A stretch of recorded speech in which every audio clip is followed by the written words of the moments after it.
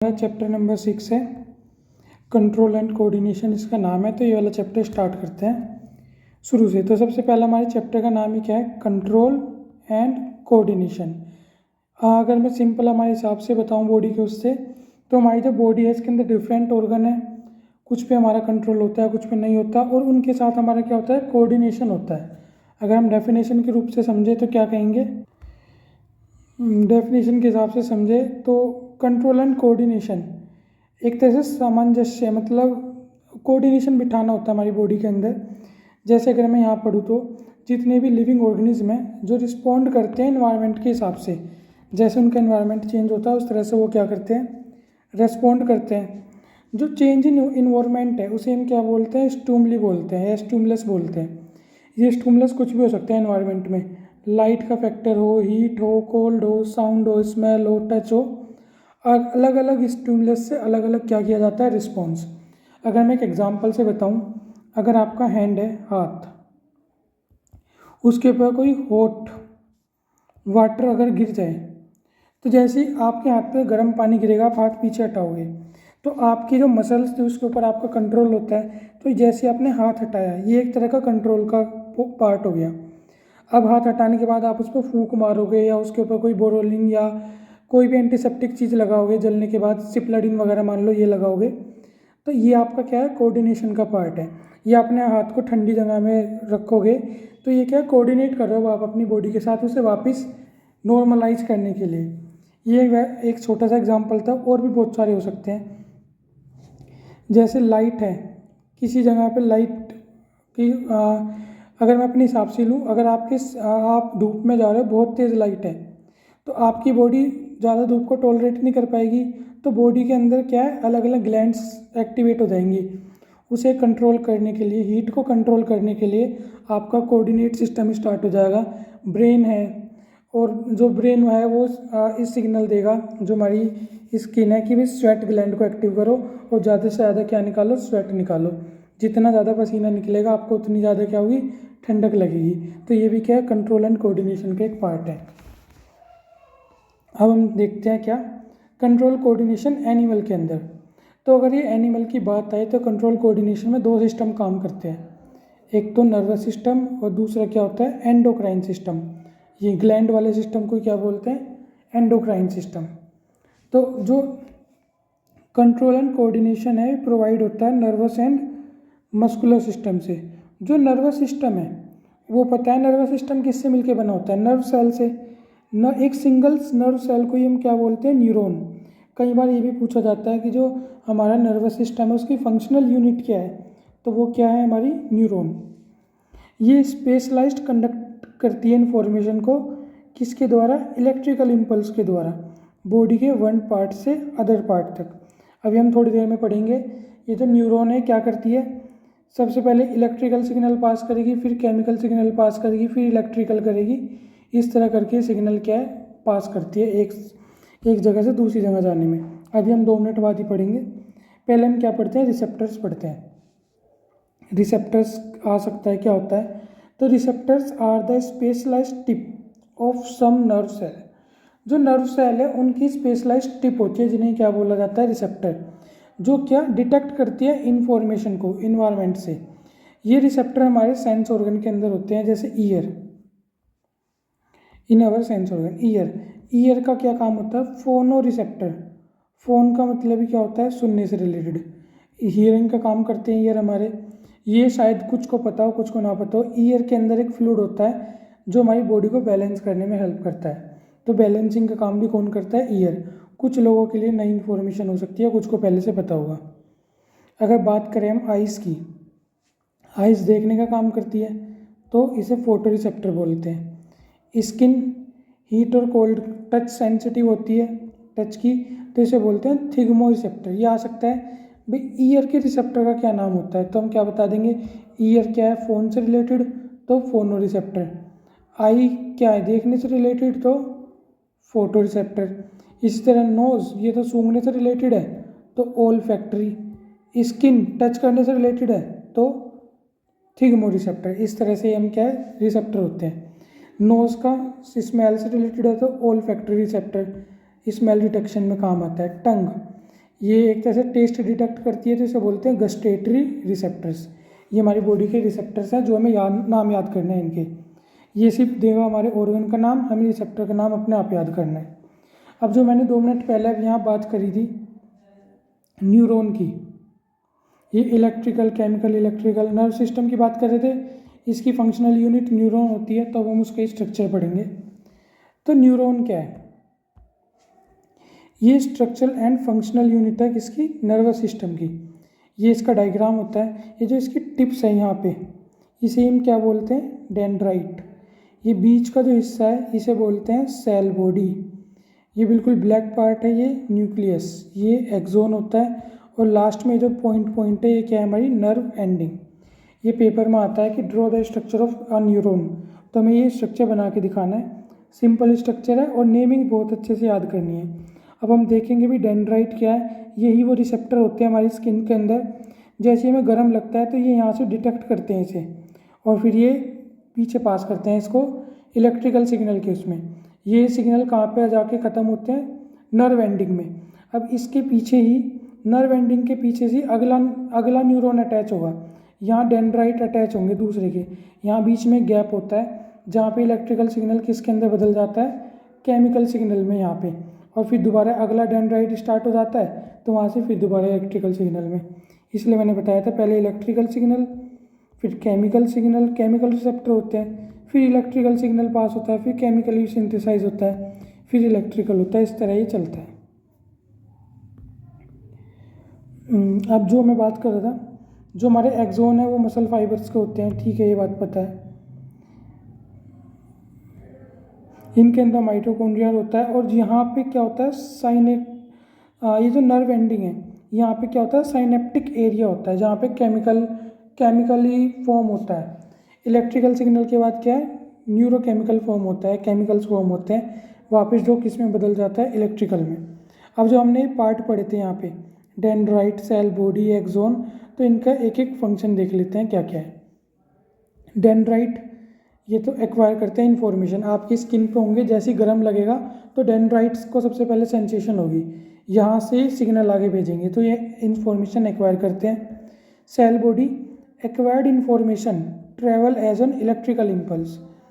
ये जो यहाँ से इन्फॉर्मेशन मिली सेल बॉडी से ट्रेवल करती है किसके फॉर्म में? इलेक्ट्रिकल सिग्नल के फॉर्म में। एक्सोन, ये लॉन्गेस्ट फाइबर होता है सेल बॉडी का, जिसे क्या बोलते हैं? एक्सोन। इसका न्यूरॉन्स का हमारे, ये ट्रांसमिट करता है electrical impulse from cell body to dendrite of next neuron. यहाँ से इलेक्ट्रिकल इम्पल्स पास होता है अगले डेंड्राइट के पास जाने के लिए। इसके बाद हमारा क्या आता है? साइनेप्टिक क्लेफ्ट, इसे बोलते हैं, जो मैं केमिकल सिग्नल बता रहा था। ये गैप होता है between nerve ending and the one neuron and dendrite of other neuron, जो बताया था।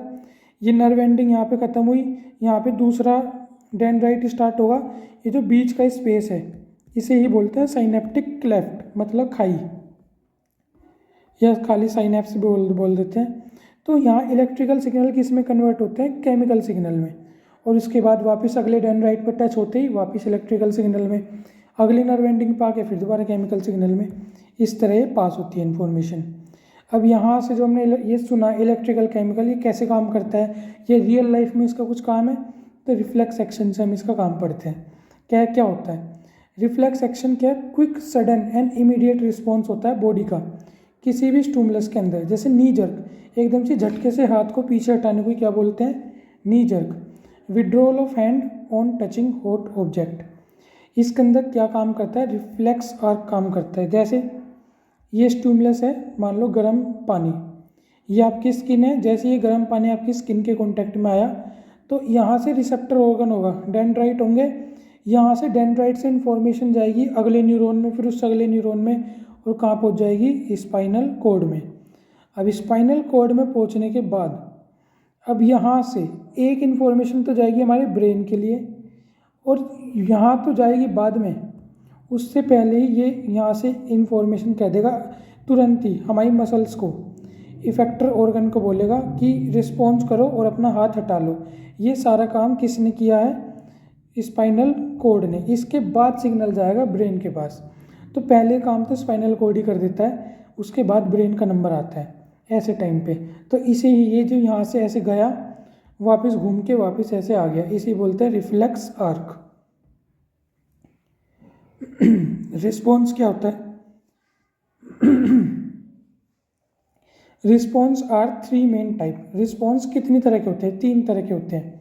अगर हमारी बॉडी पे मच्छर काटता है तो हम तुरंत हाथ हटा लेते हैं, तो ये हमारे बस की चीज़ थी, बस मतलब हमारे कंट्रोल की चीज़ थी। तो ऐसे रिस्पॉन्स को बोलते हैं वॉलेंट्री रिस्पॉन्स। आपको खुजा हो रही है, आपने उंगली ली और खुजा लिया, ये क्या है? ये भी वॉलेंट्री एक्शन है। आपको सपोज़ गर्मी लग रही है, आप खड़े हुए और छाए में चले गए, ये भी एक वॉलेंट्री एक्शन है। ये वो एक्शन होते हैं जो ब्रेन के द्वारा कंट्रोल किए जाते हैं, उन्हें क्या बोलते हैं? Voluntary action. जैसे बात करना, राइटिंग, वॉकिंग, सिंगिंग, ये सब क्या है? वॉलेंट्री। हमारे हाथ में चाहे तो हम बात करें, टॉक या ना करें, चाहे तो लिखे या ना लिखे, चाहे तो गाएं या ना गाएं, तो ये सब वॉलेंट्री एक्शन है। कुछ एक्शन होते हैं इनवॉलेंट्री, जिस पे हमारा कोई भी जोर नहीं होता। ये किसके द्वारा कंट्रोल किए जाते हैं? मिड और हिंड ब्रेन के। स्पेशल बात, वॉलेंट्री एक्शन फोर ब्रेन के, इनवॉलेंट्री एक्शन बाकी जो भी 2 ब्रेन और बचे, मिड और हिंड ब्रेन या हाइंड ब्रेन। जैसे हार्ट बीट हम मर्जी से नहीं रोक सकते, उल्टी आना थोड़ी देर तक कंट्रोल कर सकते हैं, लेकिन अगर वहाँ से रिफ्लेक्स हो गया 2-4 सेकंड रोक सकते हैं, पर उल्टी तो फिर होएगी होएगी। इसे बोलते हैं क्या? ये इनवॉलेंट्री एक्शन है। इसके अलावा भी बहुत सारे एक्शन है जो इनवॉलेंट्री होते हैं हमारे। Reflex action controlled by spinal cord. ये वो एक्शन होते हैं जो है तो हमारे कंट्रोल में लेकिन नहीं भी है। गर्म चीज़ पे हाथ टच हुआ तो हाथ तो हमने पीछे हटाया, ये तो हमारे कंट्रोल में था, लेकिन ये हम इतने सोच पाते हैं उससे पहले हाथ हमारा पीछे हट जाता है। तो ये क्या है? ये स्पाइनल कॉर्ड कंट्रोल करता है इस एक्शन को। Withdrawal of hand on touching a hot object. जैसे अगर कोई आपकी आँख के पास एकदम से कोई भी चीज़ लाए, आपके हाथ में आँख को बंद और खोलना, लेकिन आप फिर भी अचानक से कोई चीज़ आए तुरंत आँख बंद हो जाती है, तो ये वॉलेंट्री होते हुए भी अनवॉलेंट्री एक्शन है हमारा। तो ऐसे एक्शन को क्या बोलते हैं? Reflex action. एक एक्शन वॉलेंट्री होता है जो हमारे बस का है, एक होता है इनवॉलेंट्री जो हमारे बस में नहीं होता, और एक होता है रिफ्लेक्स जिसका हमें पता ही नहीं होता। अब रिफ्लेक्स एक्शन की नीड क्या है? जब वॉलेंट्री इनवॉलेंट्री से काम चल रहा था, इसका क्या काम है? तो इसका देखो क्या काम है। कुछ सिचुएशन ऐसी आ जाती है जैसे टचिंग अ हॉट ऑब्जेक्ट या कोई सुई चुभा दे, पिंचिंग हो जाए, तो हमें बहुत ही क्विकली एक्ट करना होता है। अगर हम बहुत जल्दी एक्ट ना करें, क्विकली ना करें, तो हमारी बॉडी क्या हो सकती है? हार्म्ड हो सकती है। तो यहाँ पे हमारा कौन सा काम करता है? Reflex action. और ये रिस्पॉन्स किसके द्वारा किया जाता है? Spinal cord instead of brain. Brain में बाद में जाएगा सब कुछ, स्पाइनल कॉर्ड ये फंक्शन करता है हमारा रिफ्लेक्स एक्शन का। यही इसकी क्या है? ज़रूरत है। जब हमें बहुत ज़्यादा क्विकली काम करना है, ब्रेन में सोचने समझने का टाइम नहीं है, वहाँ पे हमारा रिफ्लेक्स एक्शन काम करता है। अब हमने ह्यूमन नर्वस सिस्टम है जो न्यूरॉन नर्वस सिस्टम से मिलकर बना है, तो ये ह्यूमन नर्वस सिस्टम 2 भागों में बांटा हुआ है, CNS और PNS। CNS को सेंट्रल नर्वस सिस्टम, PNS को पेरिफेरल नर्वस सिस्टम। जो CNS है इसके अंदर 2 चीज़ आती है, ब्रेन और स्पाइनल कॉर्ड। PNS के अंदर क्या होता है? क्रेनियल नर्व होती है, ये ब्रेन के अंदर ही होती है, और यहाँ पे क्या है? स्पाइनल नर्व होती है, ये स्पाइनल कॉर्ड के अंदर। एक तरह से PNS ब्रेन के असिस्टेंट, ब्रेन वाले, एक स्पाइनल कॉर्ड का असिस्टेंट होता है। ये तो CNS हो गए मेन, PNS हो गए इनके असिस्टेंट। यहाँ क्रेनियल नर्व हो गई और यहाँ पे हमारे क्या हो गया? स्पाइनल नर्व हो गई। ये ब्रेन से निकलती है, स्पाइनल कॉर्ड से निकलती है। तो यही है हमारा क्या? CNS और PNS। तो सबसे पहले हम CNS में हमने ब्रेन पढ़ा, तो ब्रेन के बारे में पढ़ते हैं क्या है। तो ये हमने क्या पढ़ा? Human brain. तो ब्रेन क्या है? Is the main coordinating centre है बॉडी का। जो हमारा ब्रेन है बॉडी का सबसे मेन सेंटर है कोऑर्डिनेटिंग का। हमने ब्रेन को 3 भागों में बांटा हुआ है। अभी हमने थोड़ी देर पहले पढ़ा था ना, जितने भी वॉलेंट्री एक्शन है वो सारे किसके द्वारा लिए जाते हैं? फोर ब्रेन के द्वारा। इनवॉलेंट्री एक्शन किसके द्वारा लिए जाते हैं? मिड और हाइंड ब्रेन के द्वारा। तो ये है क्या? Fore brain, mid brain, hind brain. तो हमने अपने ब्रेन को 3 हिस्सों में तोड़ दिया। आगे वाले हिस्से को हम फोर ब्रेन बोलते हैं, पीछे वाले को हिंड ब्रेन बोलते हैं, और बीच वाले को मिड ब्रेन बोलते हैं। तो जो फोर ब्रेन है ये है हमारी बॉडी का सबसे मोस्ट कॉम्प्लेक्स और स्पेशलाइज्ड पार्ट है। और इसके अंदर क्या होता है, सेरेब्रम, और ये लार्जेस्ट पार्ट भी होता है सेरेब्रम हमारे ब्रेन का। इसका क्या काम होता है, अभी हमने 2 मिनट पहले पढ़ा, वॉलंटरी एक्शन करने का काम फोर ब्रेन का होता है। थिंकिंग का, जब भी हम पेपर में बैठते हैं तो सिर में पेन मारते हैं, याद नहीं आ रहा, याद नहीं आ रहा, क्यों? क्योंकि हमें पता है थिंकिंग का काम तो यही करता है फोर ब्रेन। तो फोर ब्रेन का काम थिंकिंग का होता है।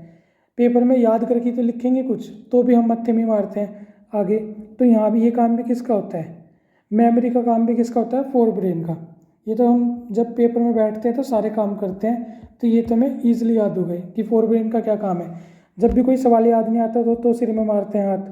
पेपर में सोचना होता है, बना बना के एक ऐसे लिखना है, तो भी सिर में हाथ मारा जाता है। तो ये फोर ब्रेन के हमारे काम हो गए। इसके अलावा ये रिसीव करता है sensory impulse from various part of body, और उसे क्या करता है, इंटीग्रेट करता है। अलग अलग जगह से हमारे सेंसरी इम्पल्स आए, उन सबको इंटीग्रेट करके समझता है कि आखिर हुआ क्या है। इसके अलावा सेंटर एसोसिएटेड विद हंगर, जो भूख लगती है उसका जो एक तरह से इम्पल्स जनरेट करवाता है कि भी तुम्हें भूख लग रही है, नहीं लग रही, पेट भर गया नहीं भरा, ये काम भी कौन करता है, हाँ फोर ब्रेन करता है। ये याद रखने वाली बात है, बाकी सब इजीली याद हो जाएगा। एक चीज़ और याद रखनी है, हंगर का, वो हंगर हमारा कहाँ से होता है, फोर ब्रेन से इनिशिएट होता है। अब बात करते हैं मिड ब्रेन की। तो सेम, फोर ब्रेन इनवॉलेंट्री का है तो मिड ब्रेन इनवॉलेंट्री एक्शन का है। इसके अलावा जैसे हमारी आँख है, जब हम धूप में जाते हैं तो प्यूपिल साइज़ छोटा हो जाता है, जब हम अंधेरे वाली जगह आ जाते हैं प्यूपिल साइज़ बड़ा हो जाता है। तो ये फंक्शन कौन करेगा, हमारे हाथ में तो है नहीं, तो मिड ब्रेन ही करेगा, मतलब मिड या हिंड ब्रेन ही करेगा, तो मिड ब्रेन करता है involuntary action. Reflex movement of head, neck and trunk, जो रिफ्लेक्स मूवमेंट होती है हेड की, नेक की, ट्रंक की, वो भी किसके द्वारा होती है, मिड ब्रेन के द्वारा होती है।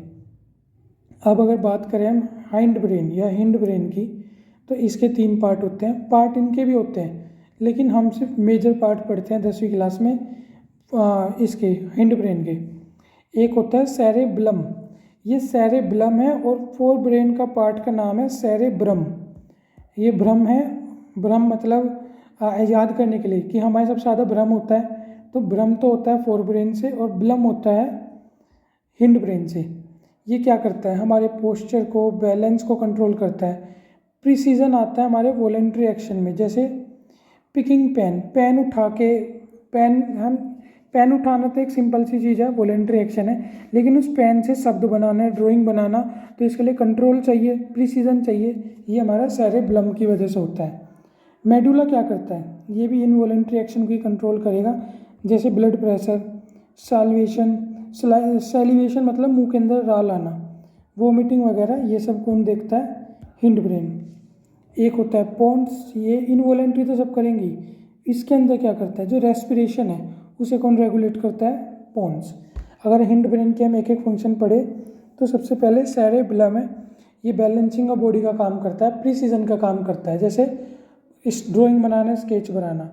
मेडुला हमारे बीपी को कंट्रोल करता है, हमारे मुंह में जो स्लाइवा आता है या हमें वोमिटिंग आती है उसे कौन कंट्रोल करता है, मेडुला। पोन्स का काम होता है रेस्पिरेशन को रेगुलेट करने का। ये हमारा ब्रेन का स्ट्रक्चर है। ये हमारा फ्रंट वाला हिस्सा क्या है, फोर ब्रेन, जहाँ पे सबसे ज़्यादा पेन मारते हैं जब हमें याद नहीं होता। इस फोर ब्रेन का हिस्सा क्या है, cerebrum, largest part of brain. इसके अलावा मिड ब्रेन हमारा ये रहा इनवॉलेंट्री एक्शन के लिए, और हिंड ब्रेन उसके ये रहे पार्ट, पोन्स, मेडुला और सेरेब्लम। इसके हमने फंक्शन देख लिए। इसके अलावा ग्लैंड्स होती है, हाइपोथैलेमस ग्लैंड, पिट्यूटरी ग्लैंड, तो ये अभी हम पढ़ेंगे, फंक्शन है इसके, अभी 2 मिनट में ही पढ़ेंगे बस अभी। और ये स्पाइनल कॉर्ड है, अभी हमने पढ़ा था रिफ्लेक्स आर्क बनाने में स्पाइनल कॉर्ड का बहुत बड़ा योगदान होता है। जो हमारा सिर है, इसकी कवरिंग, जिससे हमारा सिर बचता है किसी भी डैमेज से, उसे बोलते हैं क्रेनियम या स्कल, जिसे खोपड़ी भी बोलते हैं।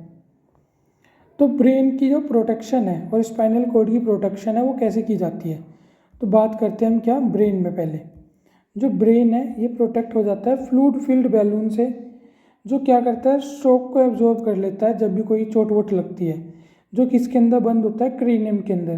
क्रेनियम को स्कल या ब्रेन बॉक्स भी कहते हैं, खोपड़ी।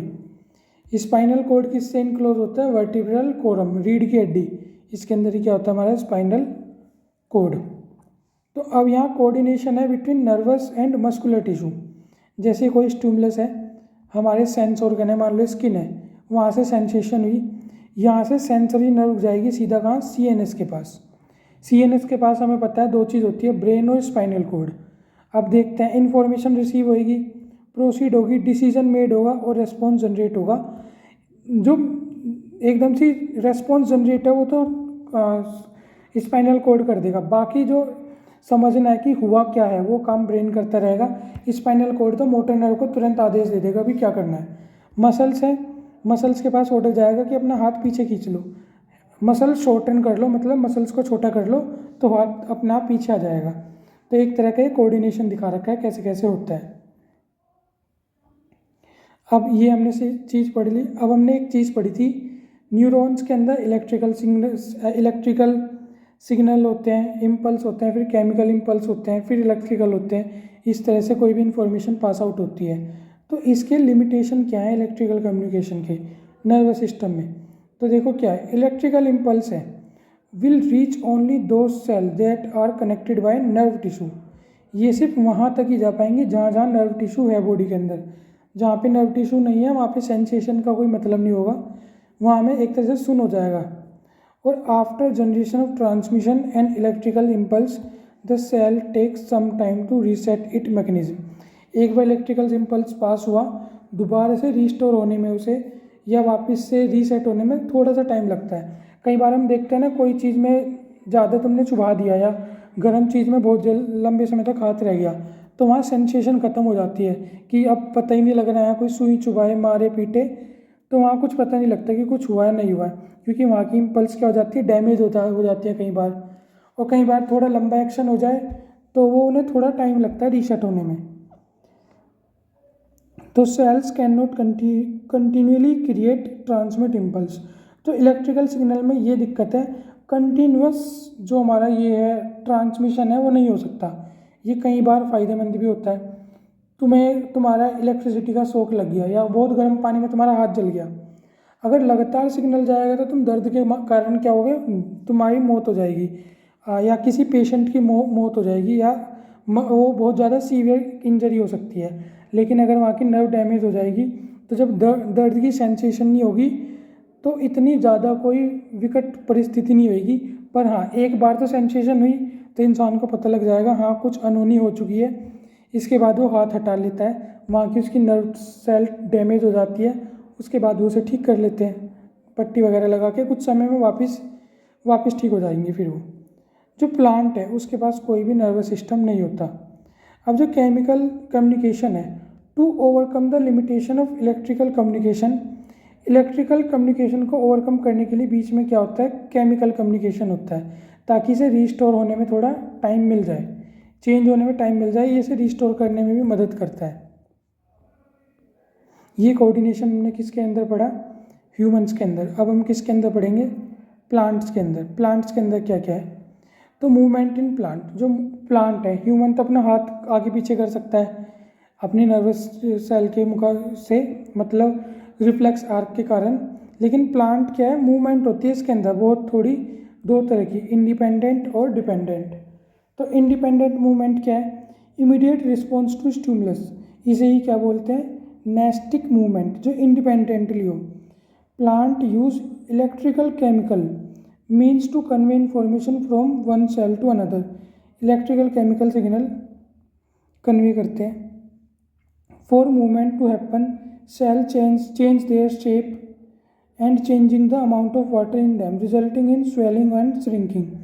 जैसे अगर हम कोई प्लांट है, जैसे क्या बोलते हैं, टच मी नोट का प्लांट होता है, जैसे हम उसे छूते हैं तो उसकी जो पत्ती होती है वो सिकुड़ जाती है, छोटी हो जाती है, तो एक तरह का वो क्या शो करती है, मूवमेंट शो करती है।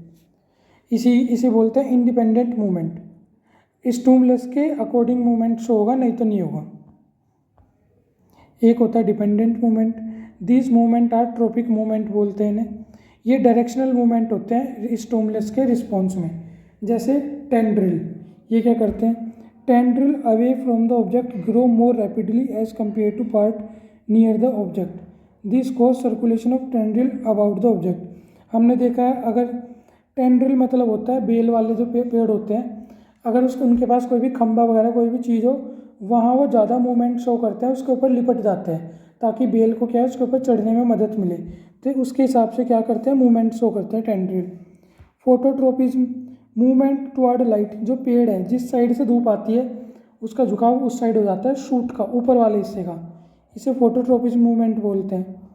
जियोट्रोपिज्म क्या होगा, movement toward away from gravity, gravity के विपरीत मूवमेंट शो करता है पेड़, जिसकी वजह से वो क्या करता है, ग्रो करता है, तो इसे क्या बोलते हैं, geotropism movement. Chemotropism movement, movement away from chemical, growth of pollen tube toward ovule, movement होता है टुवर्ड या अवे फ्रॉम केमिकल के पास या उससे दूर, जैसे जो पोलन ट्यूब है वो ओव्यूल तक जाती है तो उसके क्या है टुवर्ड मूवमेंट करती है, तो ये क्या है कीमोट्रोपिज्म मूवमेंट है। एक लास्ट हमारा हाइड्रोट्रोपिज्म, मूवमेंट टुवर्ड वाटर, जो मूवमेंट है वो वाटर के तरफ होता है toward, growth of root toward water, जो पानी धरती के नीचे रूट्स होती हैं प्लांट की, उनका मूवमेंट होता है टुवर्ड वाटर, वाटर की तरफ होता है, तो ये डिपेंडेंट मूवमेंट है। इससे पहले हमने क्या पढ़ा था, इंडिपेंडेंट मूवमेंट, जिसमें पेड़ को अगर तुम ज़्यादा परेशान करोगे तो वो अपनी पत्ती कई बार तोड़ देता है, कई बार छोड़ देता है, कई बार रंग चेंज कर लेता है उसका, तो ये इंडिपेंडेंट मूवमेंट में आता है। और ये डिपेंड है, ये फोटोट्रोपिज्म पे डिपेंडेंट है, ये ग्रेविटी पे है, ये केमिकल पे डिपेंडेंट है, ये वाटर पे डिपेंडेंट है, ये वाला लाइट पे डिपेंडेंट है, तो ये डिपेंडेंट मूवमेंट हुई। अब हमें पढ़ने हैं प्लांट्स के हार्मोन।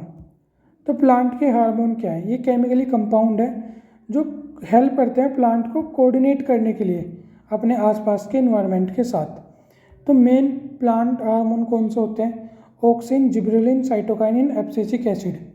इसके अंदर ये याद रखना, ये तीनों तो एक जैसे होते हैं और ये अलग होता है, तो इन तीनों को तो ग्रोथ हार्मोन भी बोलते हैं।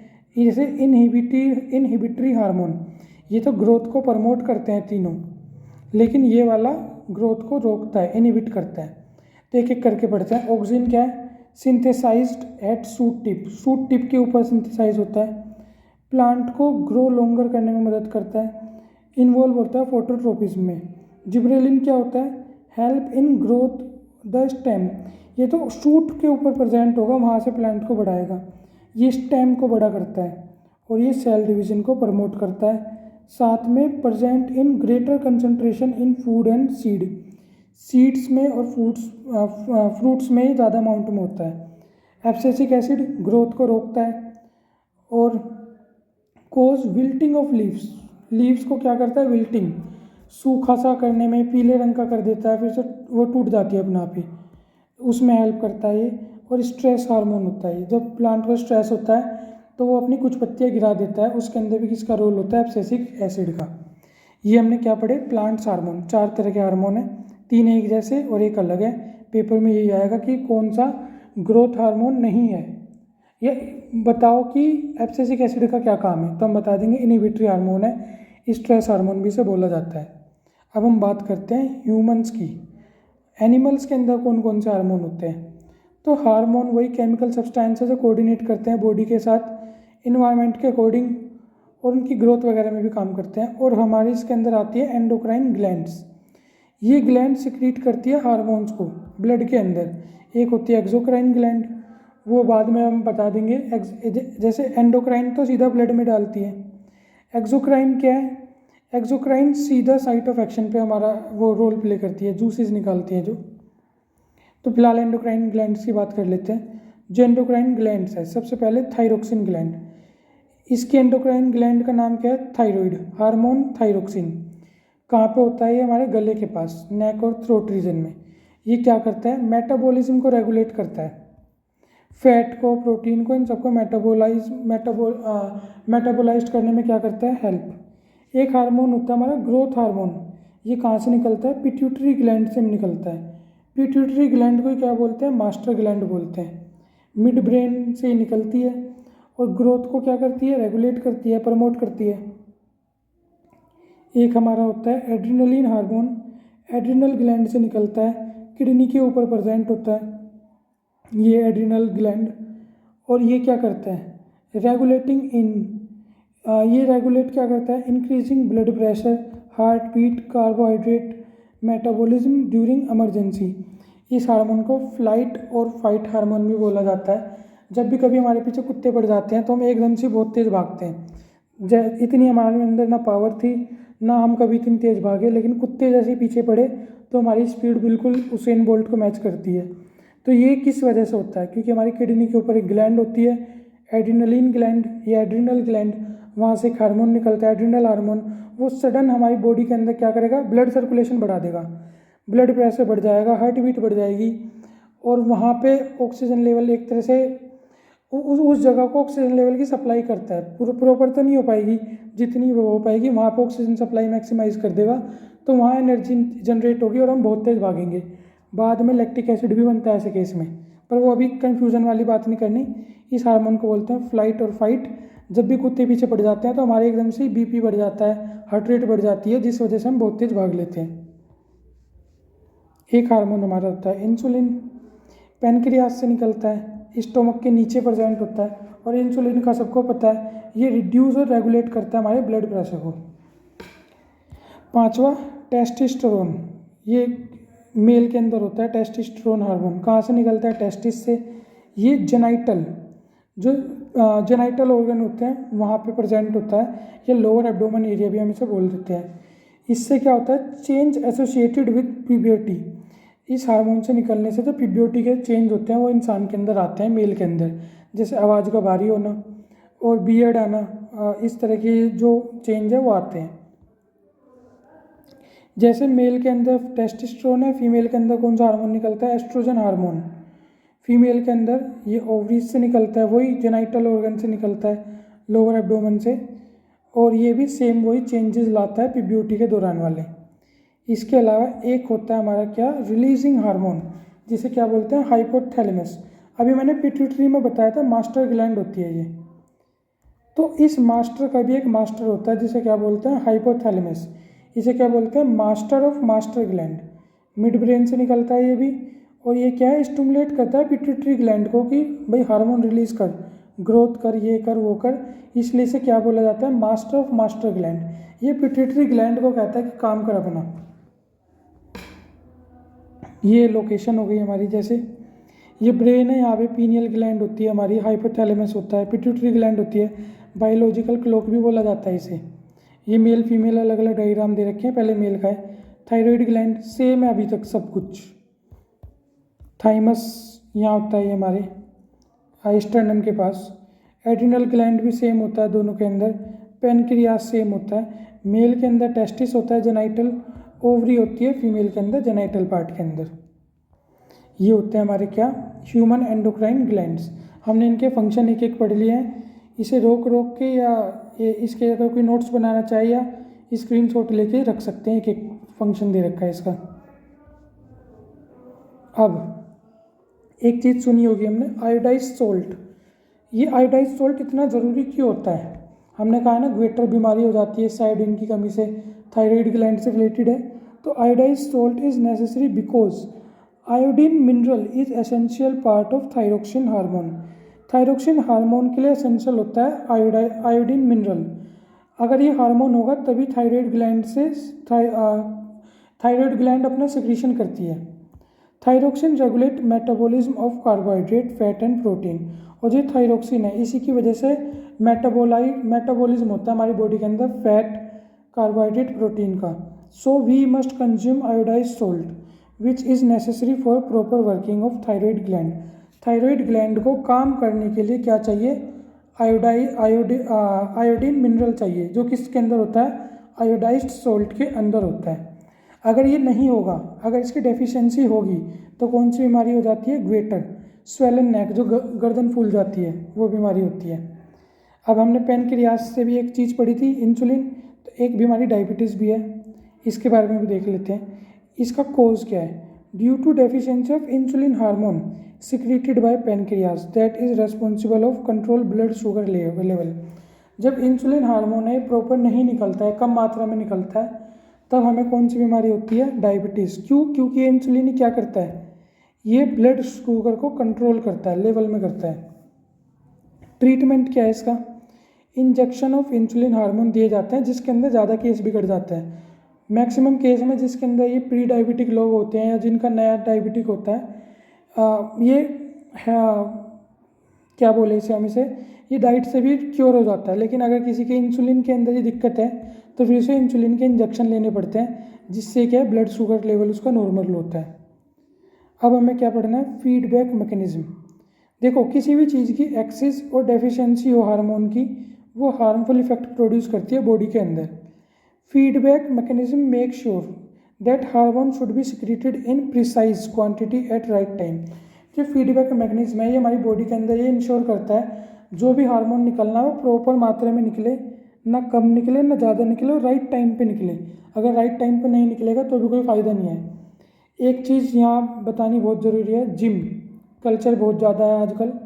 जिम के अंदर हमें पता है टेस्टोस्टेरोन जो होता है हमारा मेल हार्मोन होता है, इससे हमारे चेंजेस के साथ साथ हमारी मसल्स के अंदर भी मसल मैच्योर होती है, इससे हमारी ग्रोथ होती है मसल्स की। मस्कुलर बॉडी के अंदर ये हेल्प करता है ह्यूमन्स मेल्स के अंदर। लेकिन कुछ लोग आर्टिफिशियल तरीके से इसे ज़्यादा इंजेक्ट करते हैं बॉडी के अंदर, जिसके कारण बॉडी के अंदर टेस्टोस्टेरोन बनना कम हो जाता है या ख़त्म हो जाता है। इस वजह से आगे उन लोगों के अंदर क्या होती है, रिप्रोडक्शन वगैरह के अंदर भी उन्हें दिक्कत होती है। और ये हमारी बॉडी के लिए तो हार्मफुल है ही। हद से ज़्यादा टेस्टोस्टेरोन भी क्या है, नुकसानदायक होता है। और आर्टिफिशियल ले रहे हैं तो बॉडी अपना बना ही नहीं पाएगी। जैसे हम इसे छोड़ेंगे तो हमें दिक्कत होगी, और ज़्यादा लेंगे आर्टिफिशियली तो हमें और बीमारी कर सकता है बहुत सारी। तो फीडबैक मैकेनिज्म कैसे काम करता है, फीडबैक मैकेनिज्म कैसे काम करता है, जैसे हम शुगर कंट्रोल की बात करते हैं तो ब्लड शुगर लेवल अगर इंक्रीज़ हुआ तो यहाँ से हमारे क्या जाएगा, एक फीडबैक जनरेट होगा, पॉजिटिव फीडबैक। हमने सपोज किया ऐसे नहीं, जैसे ब्लड शुगर लेवल हमारा इंक्रीज़ हुआ तो हाइपोथैलेमस है वो क्या कहेगी, रिलीजिंग हार्मोन सिक्रीट करती है, पिट्यूटरी को कहेगी कि भाई स्टूमुलेट करो। ये स्टूमुलेटिंग हार्मोन सिक्रीट करेगा पैनक्रियाज से, पैनक्रियाज इंसुलिन करेगा और इंसुलिन क्या करेगा, ब्लड शुगर को कंट्रोल करेगा। जब ब्लड शुगर कंट्रोल होगा तो एक पॉजिटिव फीडबैक जाएगा कि हाँ काम हो चुका। अगर ब्लड शुगर कम जाएगा, अब ये तो हमारा नॉर्मल बॉडी फंक्शन है ब्लड शुगर का कंट्रोल होना। अगर ये शुगर बढ़ता है तो भी फीडबैक मैकेनिज्म से जाता है कि भाई ज़रूरत है इसे सिक्रीट करो। अगर शुगर लेवल कम हो रहा है तो भी यहाँ से सिग्नल जाएगा कि भाई ऐसा है, इंसुलिन को रोको, हमारा शुगर लेवल कम हो चुका है और ज़्यादा हमें कम नहीं करना। तो एक तरह से क्या है, फीडबैक मैकेनिज्म है बॉडी का। अगर कोई चीज़ ज़्यादा होगी तो भी उसे जाके कहेगा कि हाँ अब हमारा ये ज़्यादा हो रहा है, जैसे ब्लड शुगर ज़्यादा हो रहा है, इंसुलिन को सिक्रीट किया जाए। यहाँ से अगर ये कम हो गया, ब्लड शुगर कम हो गया, फिर दोबारा इसके बाद सिग्नल जाएगा कि प्रॉपर कम हो चुका है, अब इंसुलिन को कहो कि अपना काम करना बंद करे ताकि वापस शुगर क्या हो जाए, नॉर्मल हो जाए। तो ये क्या है, एक फीडबैक मैकेनिज्म है हमारी बॉडी का, जो देखता है कौन सा हार्मोन कितना निकल रहा है और कितने पे उसे रोकना है, कब उसे रोकना है, कब नहीं रोकना है, कितना निकलना चाहिए, कब निकलना चाहिए। अगर इसके अंदर ही गड़बड़ हो जाए तभी हमारी बॉडी के अंदर क्या होने स्टार्ट हो जाती है, बीमारियाँ।